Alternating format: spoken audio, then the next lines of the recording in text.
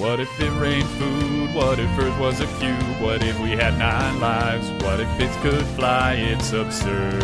If money grew on trees, if we didn't have knees, if we walked through life slightly magnetical, it's absurd. Absurd Hypotheticals. Hello, everybody, and welcome to Absurd Hypotheticals, the show where we overthink dumb questions so you don't have to.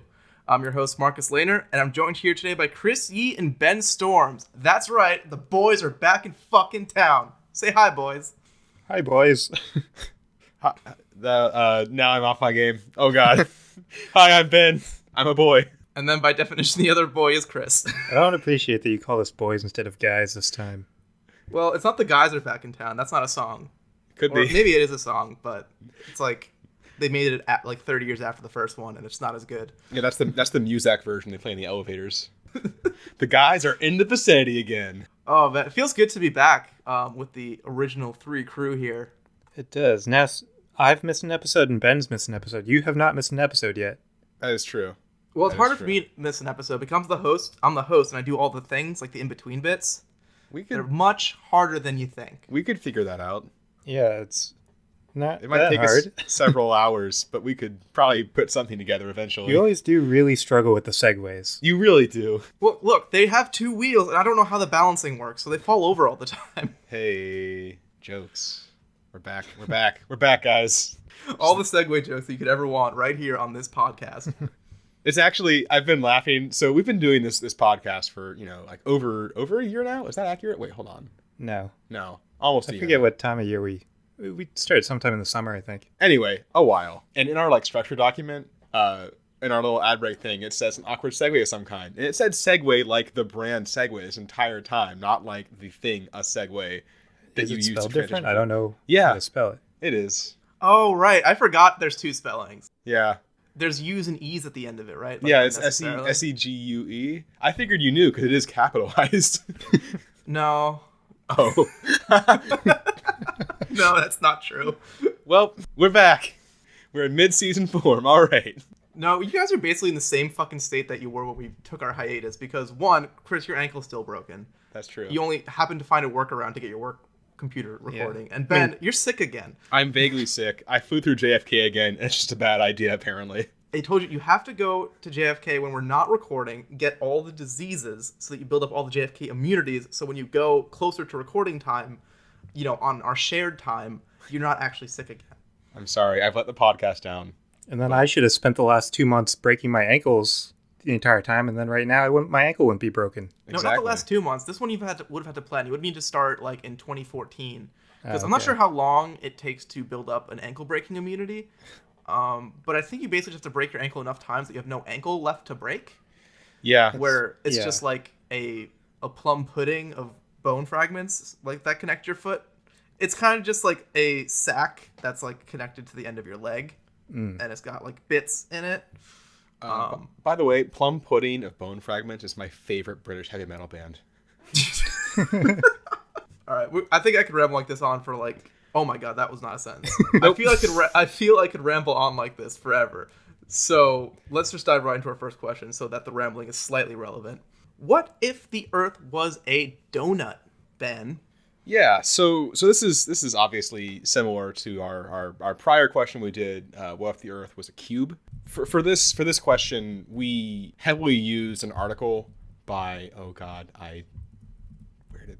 renowned physicist Anders Sandberg. I probably mispronounced at least one of those names. We'll put up a link to the article in the description of the show. It's a very good article, and it heavily informed our answers here. So thank you, Anders. I believe it's Anders. So one of the reasons that I wanted to revisit the Earth-shaped question, and the reason why there's an actual more scientific-y article that exists addressing it, is that the donut Earth is actually a possible shape for a planet. Yes. So for the cube Earth, we specifically had to say, hey, the corners normally would crush back down into the center, because even though it's rock at the scale of a planet, it still acts mostly like a liquid. Because based compared to the gravitational force of the whole planet, rock strength is nothing, so it would turn back into a ball. Right. But for a donut, you can actually spin around the center of mass fast enough that it maintains a stable donut shape, which is pretty neat. So it is possible, but it's very, very unlikely to ever actually happen naturally. Actually, in the article, I love this line. His exact wording is, if this were to happen, perhaps due to an advanced civilization with more aesthetics than sanity. The idea basically being just like some aliens got bored and like spun a planet up to be a donut. Because yeah, basically the way you would do this is just take a spherical planet and spin it faster and faster and faster to the point where the rotational pull will flatten the planet and start pulling the mass away from the center, but not fast enough that it actually breaks in two. It'll start like being up and like just sort of break into two orbiting masses, which is still cool, but not a donut. But also not slow enough that it just condenses back down into a sphere when all is said and done. So it's a very specific equilibrium that could almost certainly not happen naturally, and over a geological time frame would almost certainly not be maintained. It would eventually, something would happen and the rotation would slow or speed up. I guess probably slow is more likely. And it would collapse again. But it is technically possible. Yeah. So what does this actually look like? A donut. Thank you, Marcus. One of those frisbee things without the middle. That is accurate. But if we were to take an Earth-shaped planet and do this, what does it actually look like? So first, the axis of rotation, obviously, is through the middle of the donut. I point this out just because for some reason in my head, that wasn't clear initially. So just to be perfectly clear, rotates donut part out. Not a tumbling donut. Like, if you roll a donut down a hill. Rolling donut. Not like a coin spinning. Exactly. Yeah. Thank you. That's a good other example. Coin spinning. Not that way. So we're gonna have a couple terms we're gonna define here. So the equators of the donut are along like that direction of rotation, the inner and outer circle of the donut. If you think about it that way, those are the equators. There's two because obviously there's two like sides kind of. And the poles are going to be the highest and lowest points of the donut relative to those equators. And the poles are going to be the circles themselves. Yes, exactly. They're going to be a ring at the top and bottom of the donut. So it's like if you placed a donut on the surface of a table or something, it's the part that's touching the table. Overall, the overall circumference of the donut, like width-wise, is going to be 66,809 kilometers, which is about 1.7 times the circumference of the Earth. And then the north-south circumference is going to be 21,587 kilometers, which is about 0.54 times the circumference of the Earth. So we have something that is shorter and wider than the Earth. And we actually wind up with more surface area than the Earth has because there's the hole, so you get some, bonus land for free. It's actually like 1.6 times surface area, which is pretty cool. Donuts are a good shape. Donuts are actually a very efficient shape, it turns out. Yeah. Well, no, it's the opposite. If the circle has the least surface area because it is the most efficient shape. Oh, I see what you're saying. Well, okay. Well, fine. Regardless, efficiency is overrated. I don't know. Anyway.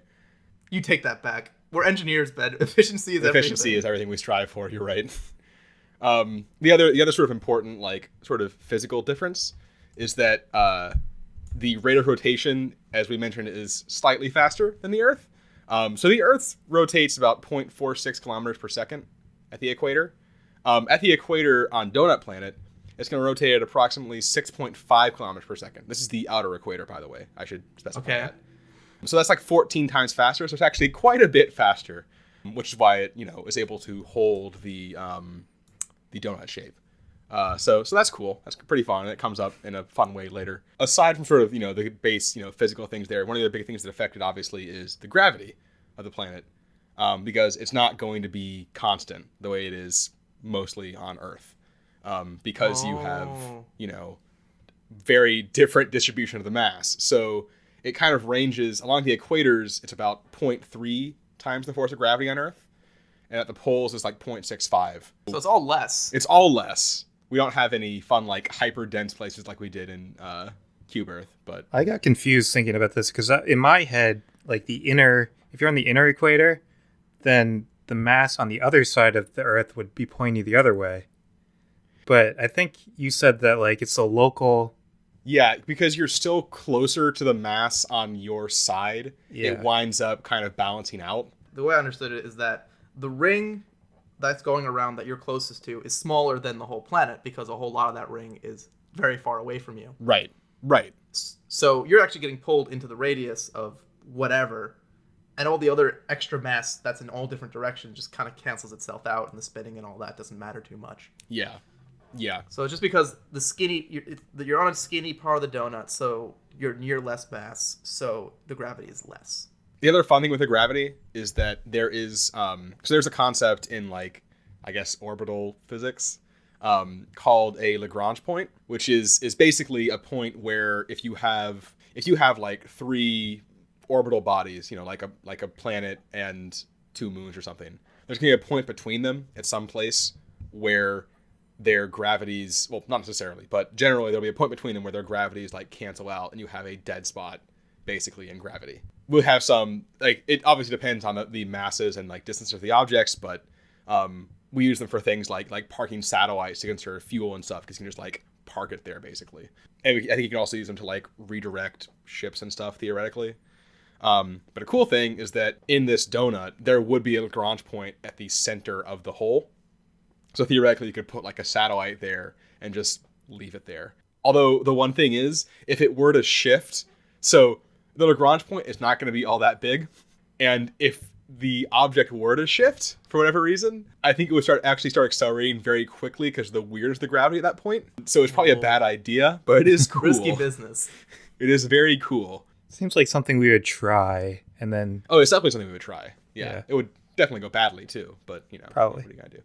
The other thing that was pointed out was that like it'd be really hard actually to have like satellites around Donut Earth because you're gonna get way less coverage from a single satellite. So like for like telecommunications, because it's the Earth is a sphere, you can use a relatively small number of satellites to like get with one satellite you can get actually a lot of coverage basically. But because of the way the donut is configured, that's not really true anymore. Things get kind of complicated. Oh, so satellite from the outside can't get the inside because the planet's in the way. Exactly. But, there's not a whole lot of room there on the inside. It's kind of hard to you can't really orbit around the inside. It doesn't really work, I don't think.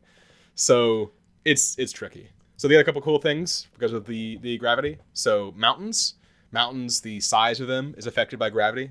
Obviously you can have taller mountains with lower gravity, and obviously all the gravity is lower here. So at the poles, you can get mountains that are around 1.5 times the max height of mountains on Earth. And at the equator, you can get around 3 times as high. So you have some cool spiky points along the equator. The other really fun thing that I saw was rocket launches, actually. So the escape velocity is about the same. It's like 11.4 kilometers per second versus 11.2 for Earth. But because there's that 6.5 kilometer per second rotational velocity at the equator, if you launch a rocket from the equator in the direction of rotation, you only actually need to go 4.9 kilometers a second in order to actually reach escape velocity. Assuming you orient yourself correctly, much easier to launch rockets on Donut Earth, which is pretty cool. Well, we're gonna need to launch all rockets because we need all these freaking satellites to connect everything. Where the fuck's my 5G? It's gonna be tricky. We can make it work. So yeah, so that's kind of what I have. That's sort of your parameters of Donut Earth. So, Chris, what did you do? Yeah, so I looked at the same thing I looked at when we did the cube Earth thing, which is the sunlight and how sunlight hits the Earth. If there was no tilt to the Earth, then it would be pretty simple. It would just be the outside of the surface or outside face of the donut is basically the same as like our Earth now, and then the inside gets no sunlight at all. Mm-hmm. That's how it'd be with no tilt. But we're saying that there is a tilt, that it has the same 23-degree tilt as our Earth now. So with that, it gets a little complicated. So you did say that it rotates faster than, I forget what number you said, how fast it is. It's like 6.5 kilometers. It's like 14 times faster than our Earth is. It turns out our days are like much, much shorter. Right. And one day is going to be 2 hours and 50 minutes. And then assuming that the Earth revolves around the sun the same rate, that means that there are 3,076 days in the year. Okay. And then the distribution of the sunlight on the Earth, it heavily depends on like what season it is. So if it's spring or fall, so that like the tilt isn't faced towards the sun. Yeah, if it's tilted like perpendicular to the sun, I would say, it's going to be the outer circle gets what we get now, and then the inner circle gets no sunlight at all. And that lasts for 6 months. If it's the summer or winter, and the tilt is towards the sun or away from the sun, then there's going to be a circle near the top, like near the pole, that gets constant sunlight for 6 months. And then the opposite side on the bottom is going to get no sunlight at all for 6 months. And then in the wintertime, or the opposite season, whatever, it's going to have the opposite effect. So it's going to flip. So basically you get 6 months of light on one side, and then it moves around, and then you get 6 months of light on the other side. Yeah. And then there's going to be the inner part of the circle that, like, half of it is going to get no sunlight, and half of it is going to get sunlight, which is going to be really weird. So the half of the inner circle that doesn't get sunlight, it's going to be night, like light from the other side is going to reflect off of it. So like right now we get reflected light off of the moon, and we get moonlight. But that's going to happen for the other side of the Earth. Weird. Okay. Yeah. I'm trying to imagine what that looks like in the sky. Yeah, I it's know, so me too. cool. It's kind of, I feel like it'll be brighter than the moon, probably. Yeah, because it'll be closer. So yeah, you'll be able to see daytime Earth across, like in the sky. Oh, I'm thinking like New York City, but in space on the other side. You can see the It'll ring probably be from mostly there. ocean, right? Most likely. So blue, I guess. And then for sunrise and sunset, so during sunrise and sunset, the color of the sky changes, and that's due to like the reflection of the light through the atmosphere. But with this donut situation, there are parts of the Earth that the sunlight will go through the atmosphere twice, and that refracts it even more, and you'll get like really, really deep colors because of that. So you get like super dark red and vibrant colors and stuff like that. That's gonna be cool. This nice, like just the sky all the time is just gonna be fucking amazing.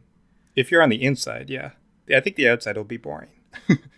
Outside is basically just what we have now. Like as far as like where you pick to live, like you kind of just want that inner ring, right? Like just the views. I guess so. Cause yeah, I guess. Assuming it's not like too cold when it's, dark time. Oh, I guess. I think the weather's gonna be shit. There are spots on the Earth, I think, that don't have like really long periods of no sun. Right. Yeah, definitely. Well, the poles have 6 months, 6 months. Right. So you don't want to be on the poles. I don't know exactly where you'd want to be. Yeah. Well, what's fun is that there's definitely is like an equilibrium point where living there is basically just going to be exactly like living on regular Earth, but with less gravity. I do think I would want to be on the inner part just because of the cool sky Earth thing. Yeah, that's appealing. And then the seasons. How would seasons work? So in our cube Earth thing, I determined that seasons were actually due to the angle of the light hitting the Earth. Mm-hmm. So like if it's on a curved part of the Earth, then the light hits it at an angle and it gets less energy. And that's why like on sphere Earth, the top and bottom are cold because they get angled light. Right. So the same thing's going to happen here. Basically, the top and bottom are going to be cold. The areas that have 6 months of light and 6 months of no light are obviously going to get heated up and cooled down when they have the light or no light. Mm-hmm. So seasons are probably just going to be a little more extreme. They're not going to be way more extreme, but they're going to be a little more extreme. I don't know. I think they would be more extreme because it's. I think it's less about the, like, yeah, the angle of sunlight obviously has an effect, but based on the tilt, when the donut is on one side of the sun, that like half the donut shape is getting no light at all for 6 months or close to it. Yeah, it's getting no light at all, I guess. It'll fluctuate a lot. Like you have a quarter that you're like holding up to a light. Yeah. And like when you're when you have it tilted, one side is lit up and the other side is dark. Yeah. I guess 6 months is a long time to have no sunlight. 6 months is a long time. Think about it. That's like 1,500 days on Donut Earth. So I guess you really have to live on one of the equators. Yeah. That's the only way you're going to get consistent amounts of light. Because even if you're on the poles and you're on the side that's getting 6 months of light, you're getting angled light. So it's still not. Yeah. So the poles are just and I feel really like cold. Yeah. I'm not sure if that's what you have, Chris, but it actually segues nicely into my answer. Yeah, we can go into your answer. Because what I have written down is basically mass migrations. Because most of your planet is going to be in a lot of your planet's going to be in 6 months dark, 6 month light. People are just going to move. Like, people are just going to be like, well, fuck this dark place. Right. and they're going to travel over to the north half of the planet.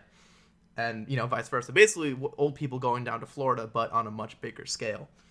What I think is going to make this a little bit tricky is I think the landscape of this donut Earth. So one of the big things that I noticed, or that spoke out, that jumped out at me in this article, is that like plate tectonics of how the different rock plates are going to be moving around. And so when they're moving around a sphere, it basically doesn't matter where the plate is. They just kind of like move around and there's not too many problems. But on a donut, when you're on the outside and you start moving towards the inner radius of the donut, the amount of available space actually shrinks. So if you are on the outside and you want to take up the same space on the inside, like if you imagine just like a square that goes from the outside to the inside, mm-hmm. to fill, it has to shrink to 12% of its original size to fit on the inner radius, because the inner radius is smaller than the outer radius, because there's going to be rocks in the way over there. So it has to actually get smaller. It can't just naturally flow that way. You're saying that if you cut out like a part of the surface or something, then the cutout of it's going to be a trapezoid. It's not going to be a square, because the inner part's going to be smaller. Mm-hmm. Correct. Yeah.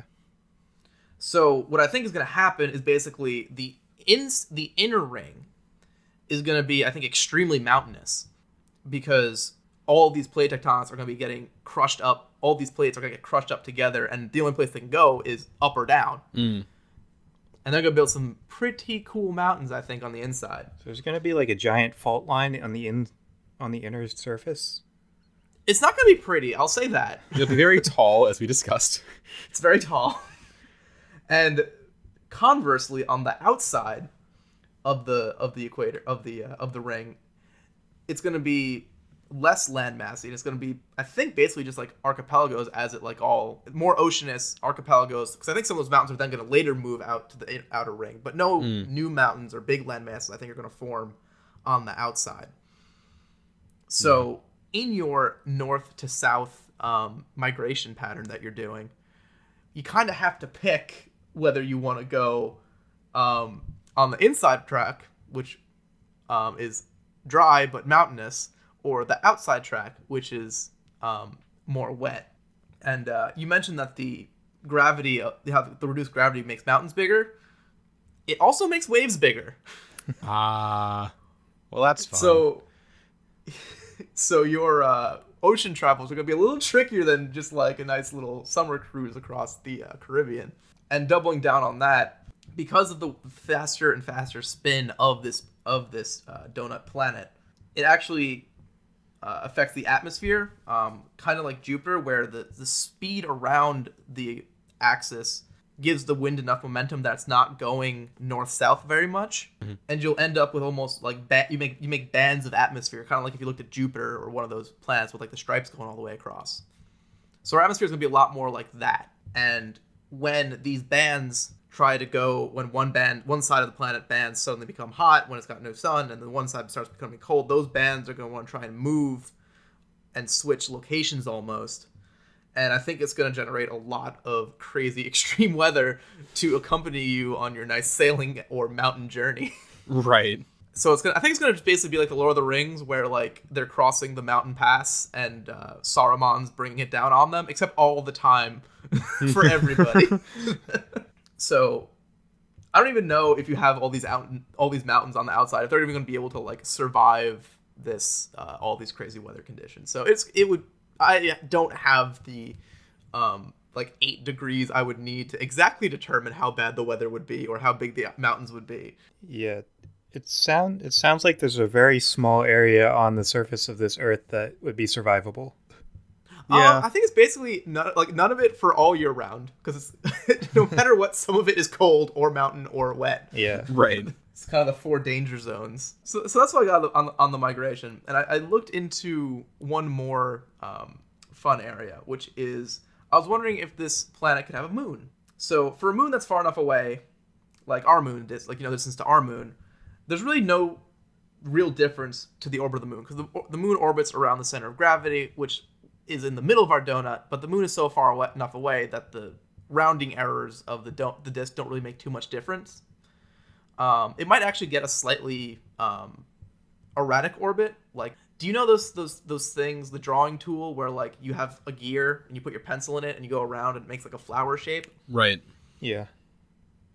So that would be kind of like the shape of the orbit if it's going like off center. So if it's affected by the flatness of the donut.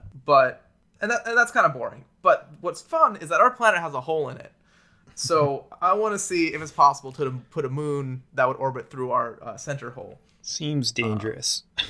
So yeah, that was my first impression too. So first things first, our parameters that we set up, our initial dimensions for our planet, don't exactly work for this because we have a pretty small hole to scale. We're kind of chunky donut. So I made it a little bit more hula hoopy. So there's actually 3 different possible stable orbits for this moon. It can bob up and down straight through the middle. So if it sits in the dead center, it can actually go up perpendicular to the donut and down and just bob. Keep on going back and forth. Yep. That's funny to me for some reason. I don't know why. It's very funny. It is. I like the mental image of it. And then also, if it's a little bit off center from the center, it can bob up and down, except it would like arc a little bit towards the top and then come back down and arc a little bit towards the bottom and kind of go around the planet 360 degrees while bobbing in a little like a vase-ish shape, like a concave, but so it's bobbing but a little bit off center, and it would like match the curve of the donut a little bit. Got it. And the third one is actually figure eighting around the hoop and then back, so it would go in to the outside, around, and come back and go through the hoop again. And you can actually get stable orbit patterns that way too. And then everyone gets to see the moon. Yeah, everyone gets to see the moon, and it'll be awesome because it'll just be like you don't know where the fuck it's gonna be. Right. So all these orbits are like technically mathematically stable. My favorite's the bobbing one. Yeah, but there is a but. Did you guys know that our moon is actually moving further and further away from us? I did not. It is moving away from the Earth 3.8 centimeters per year. What does that mean? What it means? Every year the moon is 3.8 centimeters further away. Yeah, I mean, what does that mean for us? Or What are the ramifications of this? yeah, Yeah. So this is kind of counterintuitive because the only way for the moon to increase the distance of its orbit is actually to speed up. And so then the question is, what's accelerating our moon? It's in like nothing. It's in space. What motherfucker is trying to steal our moon? It's us the whole time. My God. So what's accelerating the moon, get this, is actually the ocean. Oh, okay. I see how this is going. All right. You don't get. I don't think you get it yet, Ben, because this is not intuitive to me. he's calling you dumb. Okay, you say it, and I think you go ahead. Yeah. So, the gravity of the moon pulls on the ocean with. That's what the tides are. So the gravity of the moon pulls the oceans into a blob. That But then that is moves. attracted to the moon. That moves like the gravitational center of the Earth closer to the moon. No. Oh, I tried. Yeah, no, it's not quite that, but it does make a blob of mass closer to the moon. But since the Earth is rotating at the same time, the Earth actually moves the blob further ahead of the moon. And now the blob that the moon formed is pulling the moon faster around itself. That's hilarious. Yeah, it's wild. And that's the actual reason that our moon is moving further and further away. In our super cool, exciting orbits, the same principle applies. So with our bobbing moon, for example, it would be in the middle, and as it bobbed up and down, it would make the little mass of water come up, and it would pull it down. It would go down and pull it down. But now the donut is not spinning in that direction. The donut's spinning perpendicular, so the spin of the donut doesn't make any difference. Right. And now the blob is behind the moon, and since the blob is behind the moon, it's slowing the moon down, which is bad. There's a technical term for it, actually. Yes, things in orbit that slow down decrease the distance of their orbit. They stop being in orbit. So yes, eventually there's not enough momentum for the moon to maintain its orbit, and it will crash into our tasty donut planet, into what I can only imagine is a giant tasty jelly explosion. Which, as we also mentioned earlier, is a pretty, unstable shape. So I have a feeling that a moon crash into it is one of those things that might destabilize to the point where it kind of, it either becomes one big thing or two smaller things, but it's no longer one donut-shaped thing. I can tell you that. Yeah, it'll be on our next episode where we tackle the Munchkin-shaped planet. Right, exactly. What if the Earth was an amalgamous blob? Yep.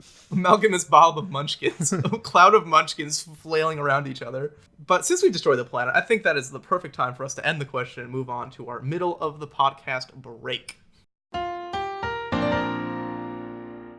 So I don't know about you guys, but I have a hankering for donuts.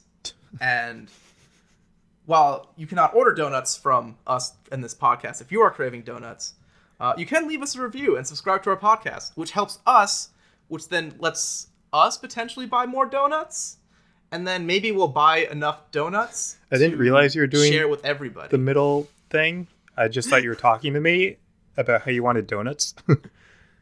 What you guys, the listeners, can do: subscribe to our podcast, leave us a review, just keep listening.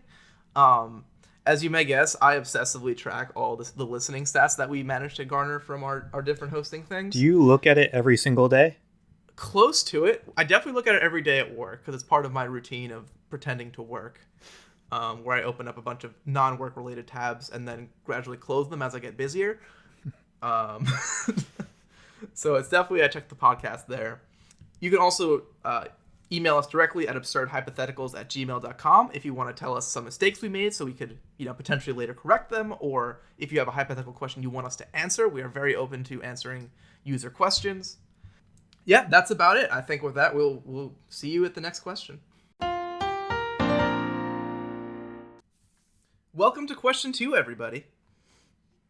The question is, what if all vehicles disappeared?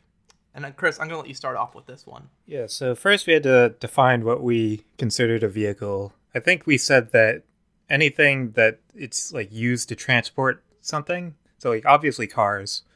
I think we said bikes too, right? Boats, planes, bikes.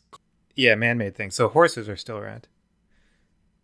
But I didn't want to remove horses from the universe. Yeah, but like a wooden cart or something, that would be considered a vehicle too. For my answer, I looked at specifically what we would replace cars with, and I think we'd just end up replacing them with horses. I think that's the most obvious answer, but it kind of brings up a few different issues. And when researching this, I actually came up across a thing called the Global Urban Planning Conference that happened in 1898. And at this conference, they discussed a bunch of different problems that would arise from cities and stuff. And they were supposed to discuss infrastructure, resources, crime, stuff like that. But the biggest problem that they ended up talking about was the amount of horse poop that they would have, because horses poop a lot, and cities are places where lots of people go, and there would be lots of horses in one area. This would give us another poop problem. We actually haven't had a poop problem in a while. So poop was basically the key limiting factor of the size of cities back then. And they predicted that in New York City, by 1930, manure piles would reach third-story windows. What? Yeah. And they were supposed to discuss other things at this conference, too. It was actually a 10-day conference originally, but they got so frustrated with this poop problem that they ended it in 3 days. And people just got fed up and just went home. Well, if you you have to solve the 3 stories of poop problem. You can't talk about other shit besides the shit, when that's the problem. It's one of those, priorities situations. Seems like a pretty big problem that you'd want to solve. Those are just predictions. The third story windows. What actually happened? So at the peak of the problem, in New York City, there were about 100,000 to 200,000 horses, somewhere in that range. I know it's a big range, but those are the numbers they gave for some reason. And each horse produces 15 to 30 pounds of manure and a quart of urine per day. 100,000 to 200,000 horses, that means that we'd be around 3 million pounds of poop per day and 37,000 gallons of urine per day, only in New York City. Ugh. I wonder how much people in New York City poop. Yeah, a lot. Not as much as horses. There's a lot of people in New York City, though. Yeah, I guess there's more people. It's a lot. I don't know. But you can't have a horse use a toilet, so you could, I guess, maybe. I said, how much do people in New York City poop? Google says, people also ask, where does all the poop go in New York City, and where is the poop train? Okay, poop train. Yeah, and then by the end of 19th century, manure piles were up to 60 feet tall. So it's actually past the predictions that they had. It was a lot worse than they thought, apparently. In addition to the poop and urine, another problem are dead horses. Because horses die. They're not cars. They don't just stop working. You could just break it apart and use it again. And in 1880 alone, they disposed of 15,000 dead horses, which means that 41 horses died per day in New York City. So those are obviously bad conditions. That's a lot of horses. So Chris is I'm just going to go ahead and literally continue so you can cut that shit out of the podcast. Well, joke's on you. I edit this podcast and I don't have to cut it out. Shit. He's going to play it 4 times in a row. That's a lot of horses. That's a lot of horses. That's a lot of horses. That's a lot of horses. Yeah, so that was back then. How bad would it be now if all cars today were replaced by horses? And I just wanted to look at New York City so I could compare to their numbers. And in New York City, 1.4 million households have cars, and 6% of the population in New York City walks to work, 5% works from home, and then 89% either drive, take public transportation, or bike to work. So 89% of the population, and there are 8.6 million people in New York City. So that means that we're going to have 7.6 million horses. That's compared to the 200,000 the 19th century, end of the 19th century, which is a 3,800% increase in the amount of horses. So that's a lot of horses. Yeah, it's a lot of horses. That means that we're going to have 171 million pounds of manure per day in New York City. We're going to have 1.9 million gallons of urine per day in New York City. And we're going to have 2,000 dead horses per day per city. Those numbers are so big, I can't even. Chris, I can't even. Yeah, what does 2,000 dead horses look like? A pile. A big pile. Yeah. I don't know the square footage of New York City, and I don't know how much space a dead horse takes up. But I imagine if you go outside, you'll see a dead horse. Yeah. Well, I think they'll clean them up. Well, how? Because we don't have vehicles anymore. The only way you can clean it up is by hand. I think everyone is now employed, and if you have no other job, your job is horse dragger, and you drag horses. Well, actually, let's do it this way. There's 2,000 dead horses, right? Yeah. 2,000 dead horses. There's there's New York City blocks. It's about 200 north to south. New York City map. Are you counting the blocks? No, I'm not counting the blocks. They're numbered, you idiot. I was going to say we're going to cut all this out, but clearly we can't cut all this out. Yeah, so there's 200 plus, about 200 blocks, because it goes up to 190th Street. So north to south, about 200, say 250 with all the unnamed streets, unnumbered streets at the bottom. And so if there's 200 and 2,000 horses, there's 10 dead horses per street. And it's about 11 or 12 across. There's going to be about one dead horse per corner, per intersection. So maybe like every building owner is responsible for a dead horse. Yeah, every corner building, if you want a corner building, you have to deal with a dead horse. Even for our absurd hypotheticals, this is a pretty absurd hypothetical, guys. But where would you bring the dead horse? Is there just a dead horse deposit on every corner? Well, you get out the horse hearse, and then you bring it out into Brooklyn or Queens or Jersey, and you dump it. That's what they do with all the dead Fair. people. A hearse is a vehicle. A hearse is a specific type of horse in this situation that can drag a dead horse. Horse hearse will just be the job title we give to horse draggers. Okay. It's more refined. So that's the horse problem. Now we have the poop problem and the urine problem. Oh, you're in trouble. So I guess we could try to teach horses to use toilets. That's one solution. But I don't have any other solutions. This is just... Can you teach a horse to use a toilet? Hey, Marcus, are you Googling, can you teach a horse to use a toilet, or do I have to do this? It auto-completed to how to teach a horse to sit. So I'm not sure. I mean, I guess if you get him to sit, that's halfway there. Okay, you can potty train a mini horse.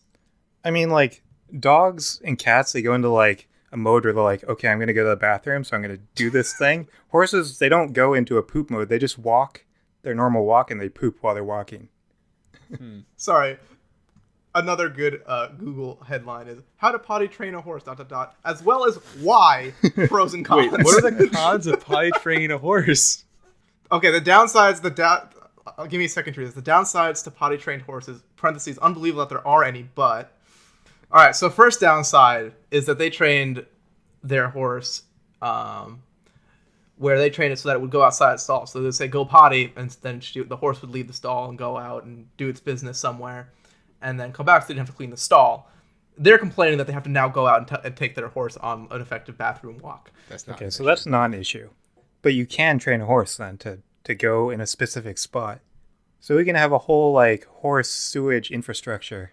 And then Abby D is complaining that she trained her horse to poop and pee in the corner of the stall where she wanted it, so she could clean it easier. And then when she took it to the state fair, it was an unfamiliar stall, so the horse just made a big mess and pooped and peed everywhere, like a horse normally does. And then went back to normal when she brought it back. So basically, that her complaint was it wasn't trained for like 10 minutes when I went to the fair. Yeah. So there's really not much in the cons column. So I guess the solution is we train horses to use toilets. We build specific toilets for horses and a specific sewage system for them. And then we can have like a dead horse disposal thing too. That's like, I don't know how that would work. That's a good plan. And also toilets for horses is my ska/country crossover band. Okay, one last thing about horse poop. You know how you get mad when you see somebody like walking their dog and the dog poops and they don't pick it up. How mad are you gonna be when their horse takes a fucking like 3-pound dump on the sidewalk and they just like look at it and they're just like, sometimes they'll pat their pockets like oh no, I forgot.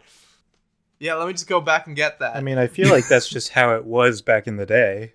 Yeah, it was shitty. Anyway, that was my answer. Ben. Yeah, what do you have? so I looked into sort of, how the shipping infrastructure that holds our country together would sort of, handle this. Because obviously shipping is a very important part of how our society works.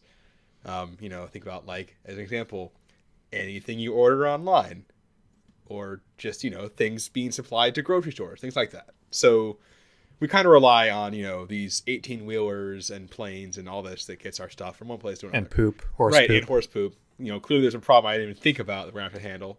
So how are we going to deal with all of this shipping requirement?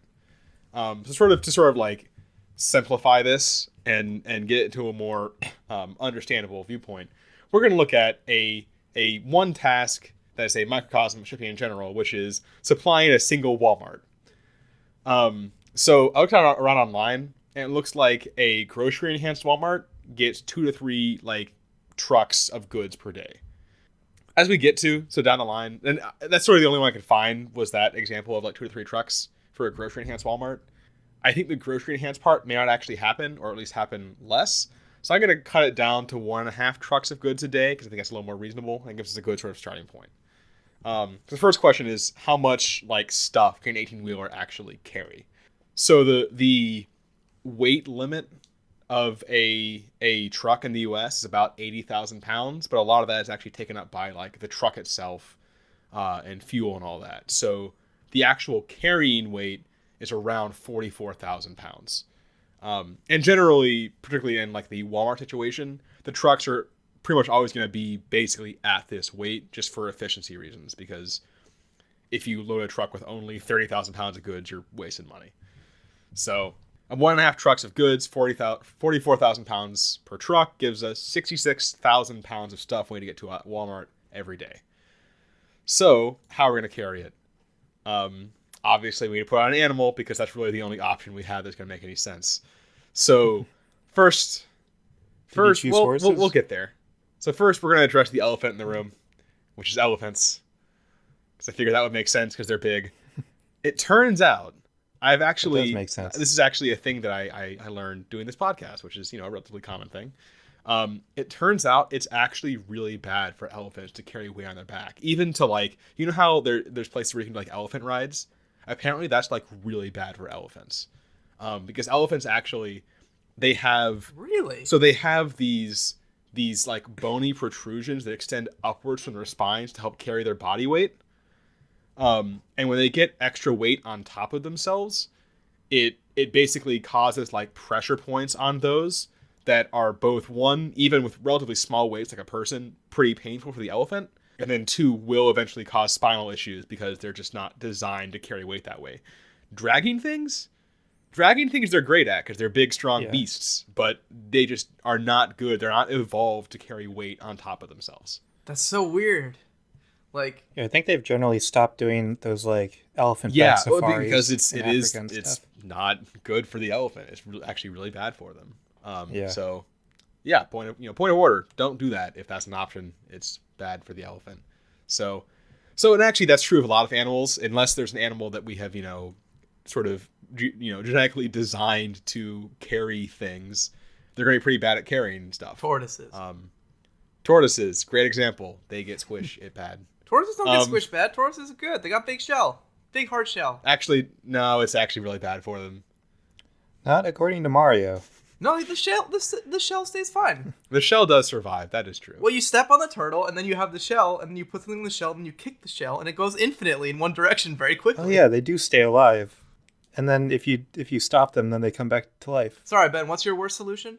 Regardless, so the next solution I did go to was horses, because that is a beast that we have actually genetically engineered to carry us. So I went with draft horses, specifically like Clydesdales. The reason I went with them is because they are big and they are designed to carry things. So that kind of, covers all the bases. Also, I found pretty good numbers for like draft horses and stuff. So I found there's a study from the Ohio State University Agricultural Technical Institute. It's a lot of words. That finds that in order to avoid like health issues, horses can be loaded about 20% of their body weight. So a Clydesdale weighs around 1,900 pounds. So you can load about 380 pounds of goods on it. Speed-wise, this one was a little tricky to find like a good answer on, but the best numbers I could find gave about 30 miles a day with a trained draft horse, which isn't all that fast, but it's better than a lot of other options. Like, for example, I looked into oxen, and when oxen are hauling, they only go like 10 miles a day, which is hilariously slow. That's like absurdly slow. It's like half a mile an hour. That's not my commute. Like that's my commute is like 26 miles or something, and it would take me 2.5 days to get to work, which isn't really ideal. Well, it would be ideal because you get to work, you start your coffee, you're like, oh shit, I gotta get home for Friday evening. Yep. It's exactly cuts the week in half. So you would just get to work mid-Wednesday. It's perfect. Lunchtime, and then just be like, sorry guys, I got peace. Yeah. The traffic is crazy. All these oxen.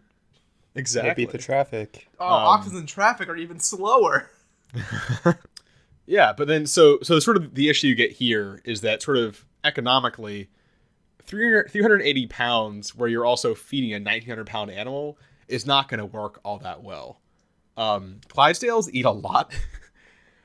They consume between 50 and 60 pounds of hay and 44 and 50 pounds of grain daily. So that's going to kind of slow you up and also probably cut into your carrying capacity. So I sort of started looking for another solution because although Clydesdales could technically work, you can start at some problems. But then I realized the perfect solution, which is camels. Yay! So camels, it turns out, are actually awesome. Like super awesome. Guys, you don't understand how cool camels are. All right. So first things first. Camels weigh like 1,400 pounds, but they can carry like 900 pounds of goods on their back. Because of the hump, the hump is just like basically a big sack of fat that they store to like, use later. And when they are, a healthy camel with a healthy hump, man, healthy hump is a great thing to say. That hump will protect their spine and distribute the weight more evenly across their body. So they can carry just like an absurd amount of weight compared to like a horse. The other thing with regards to like resupplying. So, people talk about how, camels can go a long time without drinking, blah, blah, whatever. I didn't realize how absurd this is. Apparently a healthy camel can go like 6 or 7 months without eating or drinking. That's crazy. Which is absurd. It's so big. It's like such a big animal. But because they have that large hump, they can just like process that fat incredibly efficiently. And when they break it down, it also like has water that, comes out as part of that process. They can just like live off of that for a very long time. Okay, so what the fuck draft horses? Because what the fuck Clydesdales? Because you need 45 pounds of food a fucking day, and a camel can go 7 months and just be like, whatever, bro. Like, where's the energy? Where are you putting all that food? I am going to say I am not 100. This drinking part is definitely true. I'm not 100% sure about the eating part. I saw that said one place, but I couldn't get that much confirmation on it. I know they can go at least on this order of days without eating. So for our purposes, it's going to be about the same, like, actual use. Basically, camels are really cool. I was going to Google how long can camels go without food, and then I realized, Ben, you may have tried that. I have tried that. You can try it. You're going to find the same one source I did, and then a bunch of other things that are unclear. The other crazy thing about camels, so, they can go a long time without water.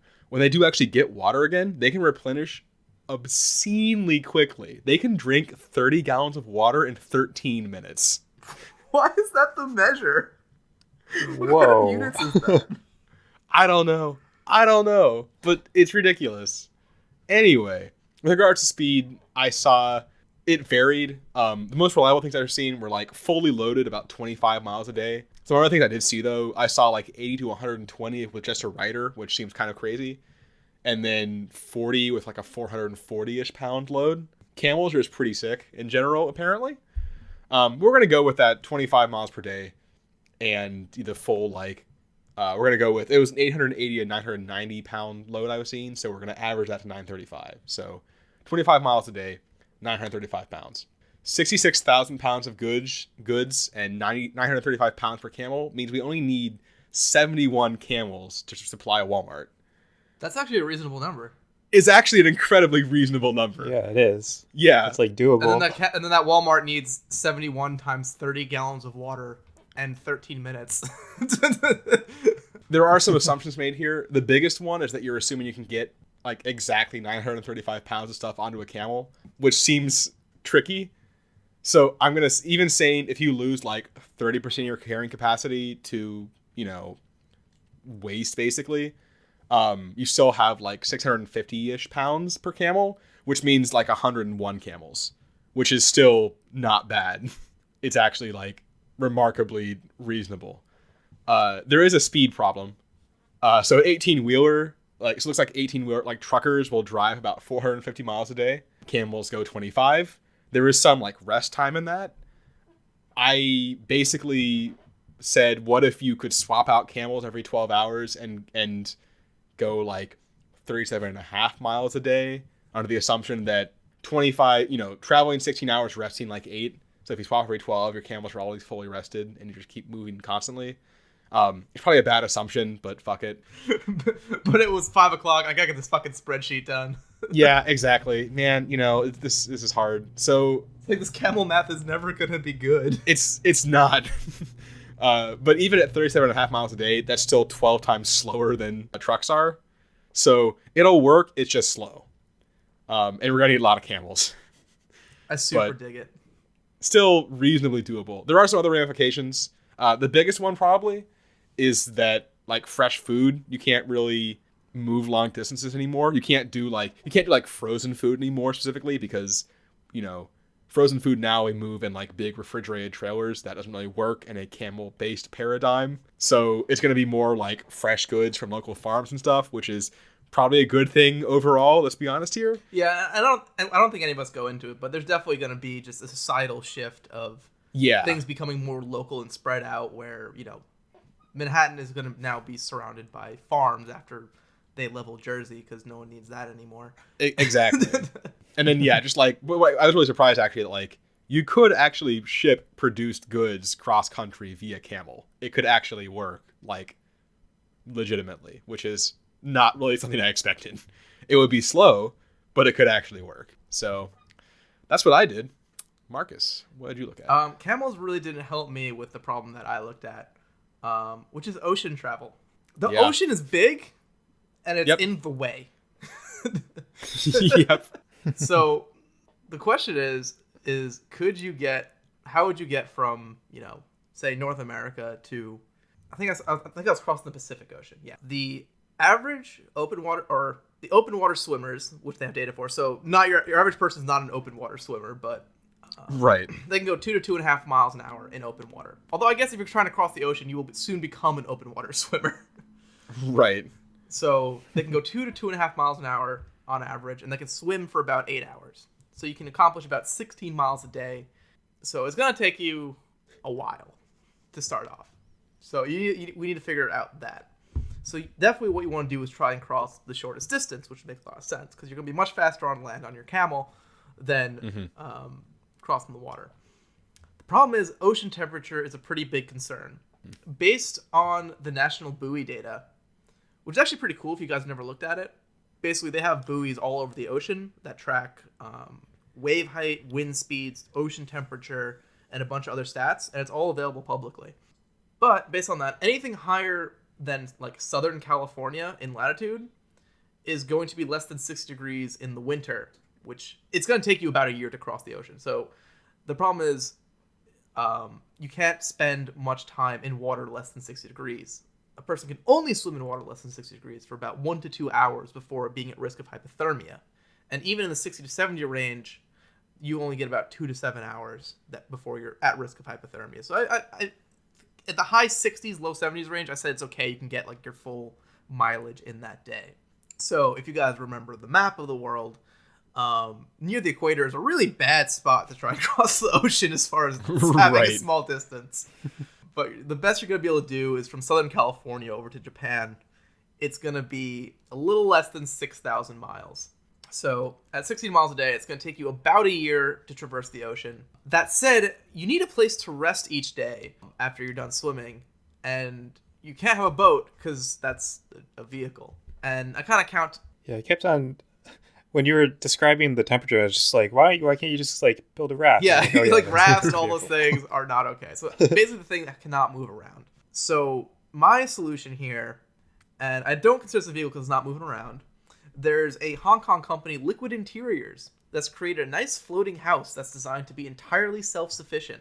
It's got a desalination tank, a rooftop garden, solar panels for power, and it's even got one of those cool like glass basements where the bed is, so you can like see the fishes and shit. It's pretty cool. It costs about $1.5 million if you want to go buy one. So no thanks. no thanks. Podcast hasn't made it that big yet.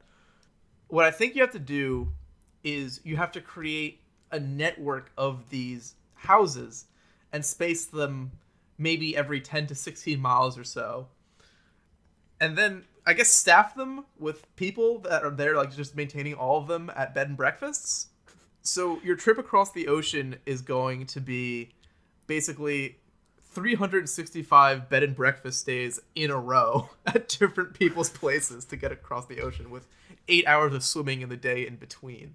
You'd have the shipping problem that Ben solved for land, but he didn't solve for sea. There's going to be no cross-continental shipping. Like, you can put a backpack with, like, shells in it if you want a souvenir, but you are not, like, shipping. Right, but these like, bed and breakfast places that you're saying, they need food. Oh, yeah, so if people are living there, they need stuff. House itself is self-sufficient. So they have the floating garden for plants. Oh, okay. And the one thing that is a concern is, so you have to fish to get your, to get your proteins and things. Mm-hmm. The tricky thing about the ocean is that it's actually pretty sparse. It's basically a desert.